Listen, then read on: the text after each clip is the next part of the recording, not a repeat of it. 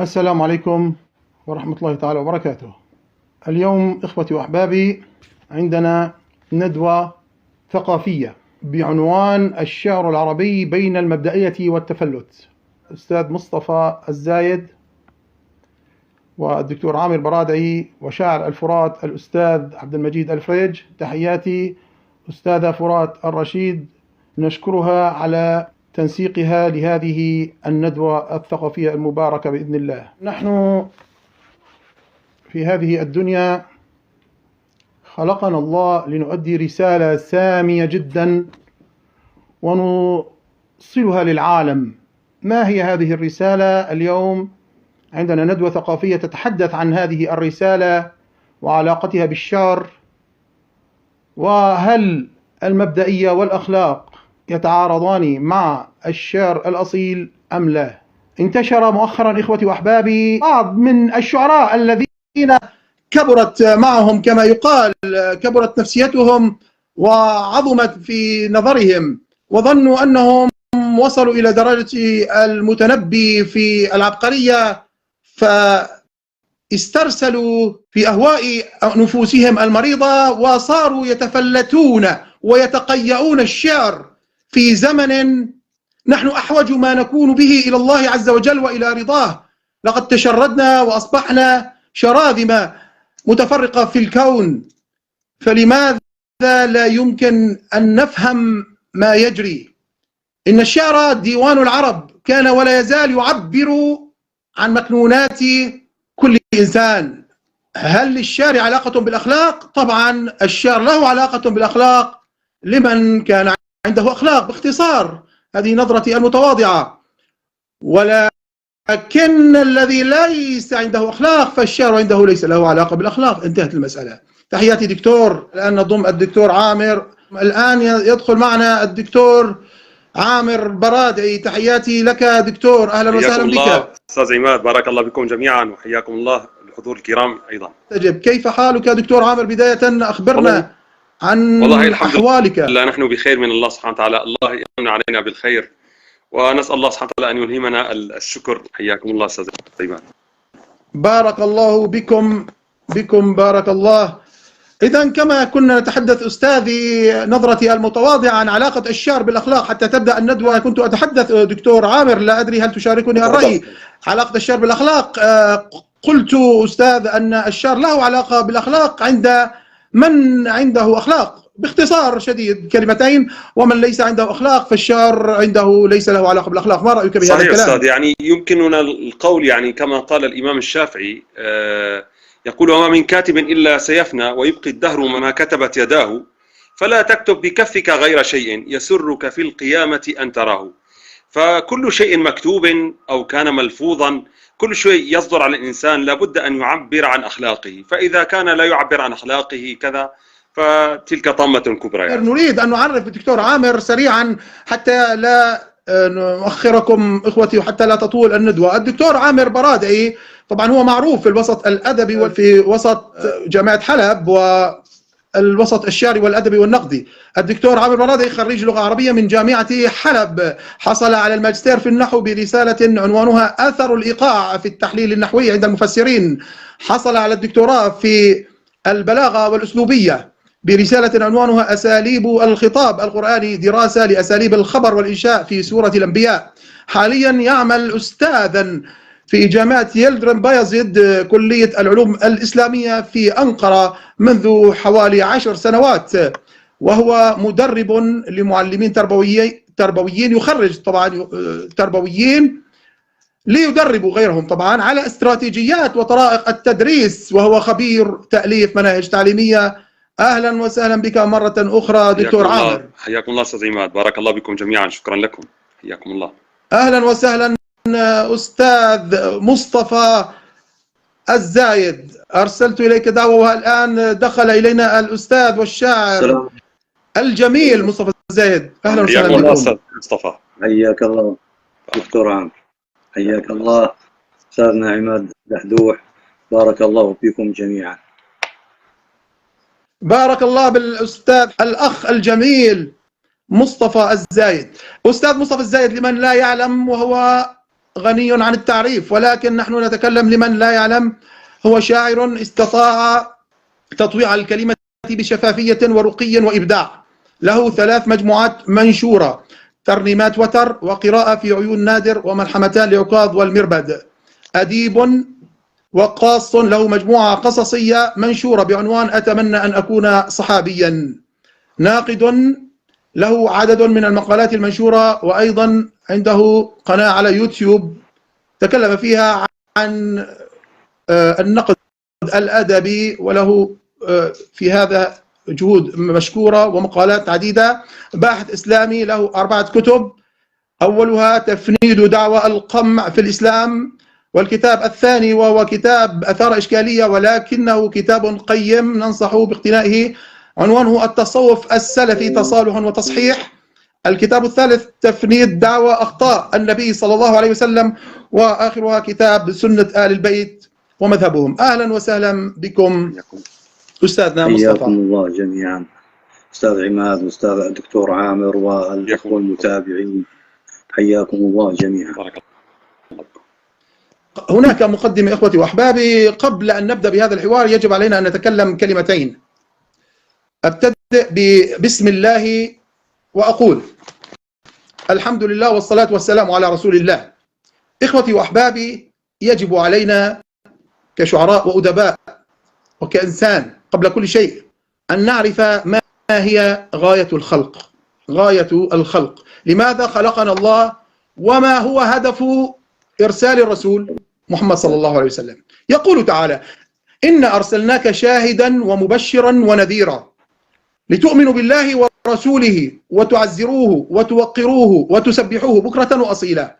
إذن إخوتي، توقير الله عز وجل هو ليس فقط أمر مرغوب أو أمر مطلوب أو مندوب، لا، بل هو فرض عين على كل مسلم، وهو واجب شرعي وأخلاقي. توقير الله إخوتي لمن لا يعلم عبادة قلبية فقط، مجرد التوقير، لا نتكلم عن التسبيح أو العبادة، أقول توقير الله. فمن عرف الله وقره.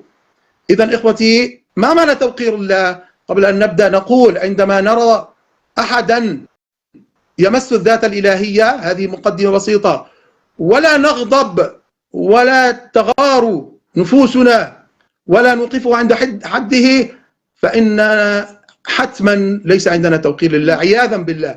توقير الله يجب علينا أن يكون لله في قلوبنا توقير وتبجيل، أن نعرفه حق المعرفة. لنتحدث الآن عن هذه الندوة. عنوان الندوة إخوتي وأحبابي لمن يتابعنا الآن الشعر، عنوان الندوة الشعر العربي بين المبدئية والتفلت. المبدئية بمعنى المبادئ والأخلاق. عندنا 4 محاور. المحور الأول التزام القيم الدينية والأخلاقية في الشعر الجاهلي. المحور الثاني تجليات المبدئية والتفلت في الشعر العربي المعاصر. المحور الثالث دور الشعر في الدفاع عن الإسلام وقيمه ومواجهة التهتك وامتهان الدين في الشعر المعاصر. المحور الرابع والأخير أسباب وجود المبدئية والتفلت في الشعر العربي المعاصر، يعني وكيفية صناعة المبدئية. طبعا إخوتي وأحبابي، سوف لنبدأ مع شيخنا الأكبر سنا الأستاذ المخضرم الشاعر مصطفى الزايد، لنسأله هذا السؤال: أستاذي الفاضل، قديما قالوا الشعر ديوان العرب، ينقل أخبارهم وينقل مواجعهم وينقل تراثهم، ما يعني أن الشعر لم يكن في كل جوانبه ذاتيا، فإلى أي مدى أستاذ مصطفى بلغ دور التعبير الشعري في الجاهلية عن هموم المجتمع الجاهلي؟ بداية نتكلم عن الشعر الجاهلي، تفضل. بسم الله الرحمن الرحيم، الحمد لله رب العالمين، وأفضل الصلاة والسلام على سيدنا محمد وعلى آله الطاهرين وصحبه الطيبين. لا ريب أن الشعر بدأ تعبيرا عن مشاعر صاحبه، لكنه ما لبث أن أصبح موسوعة تحمل تاريخ العرب ومفاخرهم ومآثرهم وصورة حياتهم، حتى سمي ديوان العرب، وذلك بسبب طبيعة المجتمع القبلي، فأمن الفرد وقوته وكرامته كل ذلك مرتهن بقبيلته، ولذلك قال دريد ابن الصمة: وما أنا إلا من غزية، إن غوت غويت وإن ترشد غزية أرشدي. لذلك كان الشاعر لسان قبيلته، فهو الشعر يعني يقوم مقام القنوات الفضائية اليوم. القصائد يتناقلها الرواة حتى تطوف بين القبائل، يضمنها الشعراء فخرا بقبائلهم ويذودون عنها ويذكرون بمآثرها وبطولاتها وانتصاراتها. طبعا يستثنى من ذلك الشعراء الذين عانوا من الظلم الاجتماعي، هؤلاء عاشوا حالات فردية مثل طرف بن العبد وعنترة بن شداد والشعراء الصعاليك، فكان أكثر فخر هؤلاء بأنفسهم. أما الغالبية فدائبون في مدح القبيلة، في الدفاع عن القبيلة، هم متماهون وذائبون في هذه القبيلة، فكان جل فخرهم بالجماعة لا بالنفس، كما في قول عمرو بن كلثوم: وأيام لنا غر طوال عصينا الملك فيها أن لينا، متى ننقل إلى قوم رحانا يكون في اللقاء لها طعينا، إلى آخر المعلقة كلها فخر. وكذلك قول الأعشى ذائدا عن قبيلته يقول: ألست منتهيا عن نحت أثلتنا ولست ضائرها، ما أطت الإبل كناطح صخرة يوما ليوهنها فلم يضرها وأوهى قرنه الوعل. وقول الحارث بن حلزة اليشكري: فرددناهم بطعن كما يخرج من حربة المزاد الماء، وفعلنا بهم كما علم الله، وما أن للحائنين دماء، وفككنا غل امرئ القيس عنه بعدما طال حبسه والعناء. قول السموء أيضا، وإن السموء طبعا هو يهودي لكن عربي، يبقى شاعرا عربيا: وإنا لقوم لا نرى القتل سبة إذا ما رأته عامر وسلول، يقرب حب الموت آجالنا لنا وتكرهه آجالهم فتطول. ومثل ذلك كثير ومنتشر في الكتب، وقد ضاع منه كثير كما يقول المؤرخون، والله أعلم. إذن أستاذي الفاضل، ذكرتني بحديث النبي عليه الصلاة والسلام، يقول عليه الصلاة والسلام: إنما بعثت لأتمم مكارم الأخلاق. هنا يحضرني يعني أيضا قول حسان بن ثابت: وإن أصدق بيت أنت قائله بيت يقال إذا أنشدته صدقا.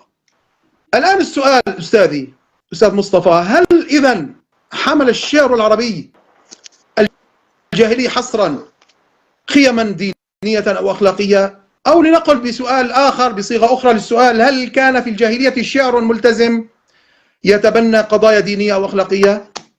نعم، ليس في ذلك شك. وما من مجتمع إلا ولديه قيم يلتزمها ويحميها ويذود عنها، سواء كانت عادات أم أخلاقا. والأصل في أكثر العادات الجيدة والأخلاق أنها موروث ديني في كل المجتمعات، لكن هذا الموروث الديني غابت منه العبادات وبقيت منه العادات. وقد كان في الجاهلية شعراء حملت قصائدهم مضامين دينية، كأمية بن أبي الصلت الذي كان نصرانيا، والسموءل الذي كان يهوديا، وزهير بن أبي سلمى الذي كان حنيفيا على دين سيدنا إبراهيم عليه وعلى سيدنا محمد الصلاة والسلام. وفي معلقة زهير يقول: فلا تكتمن الله ما في نفوسكم ليخفى، ومهما يكتم الله يعلم، يؤخر فيوضع في كتاب فيدخر ليوم الحساب، أو يعجل فينقمي. هذه مضامين دينية حملها، لكن معظم العرب أصبحوا وثنيين بعد إدخال عمرو بن لحي الأصنام إلى مكة المكرمة ودعوة الناس إلى عبادتها. إلا أن القيم الدينية أو الأخلاقية الدينية، الأخلاقية التي أسسها الديانة الحنيفية، ديانة سيدنا إبراهيم عليه السلام، بقيت في هذا المجتمع. يعني مثل الأشياء المحرمة كمثلا الزنا والسرقة وهذه الأشياء، لأن عبادة الأصنام يعني هي كانت فكرة ولم تكن منهجا. يعني ما كان مع لما جاء عمرو بن لحي بالأصنام ما جاء معها بمنهج، فقط أصنام وضعها وقال هذه آلهة اعبدوها، رآهم يعبدونها في أطراف الشام فجاء بها. فبقيت هذه القيم الأخلاقية بقيت في المجتمع. وكما تفضلت قبل قليل سيدنا النبي عليه الصلاة والسلام قال إنما بعثت لأتمم مكارم الأخلاق، وهذه إشارة إلى أن الديانات كلها حملت مضامين أخلاقية بعد الإيمان بالله سبحانه. فمدح الشعراء الجاهليون مدحوا الأخلاق العالية ورغبوا الناس فيها وذموا أضدادها وعيروا أصحاب الأضداد هذه بها. ومن هذه الأخلاق العفاف وحفظ حرمة الجار وغض الطرف. يقول عنترة طبعا يقال عنه إنه كان حنيفيا على دين سيدنا إبراهيم عليه السلام.